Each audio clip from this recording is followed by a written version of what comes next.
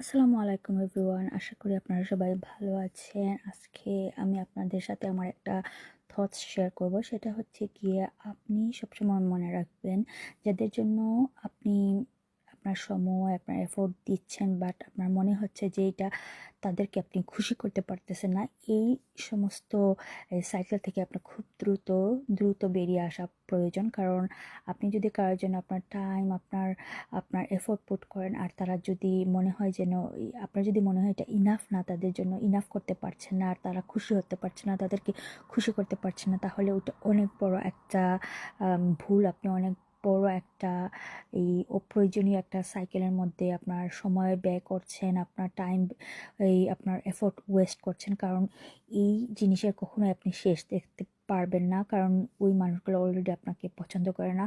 তারা সাময়িকভাবে হয়তো আপনার পাশে থাকতে পারে বা বুঝাতে পারে, হ্যাঁ আপনি যে এটা করছেন এটা মোটামুটি তাদের জন্য একটা এই ঠিক আছে, বাট লং টার্মের জন্য এটা কখনোই আপনি ওদেরকে পার্মানেন্টলি আপনার পাশে পাবেন না।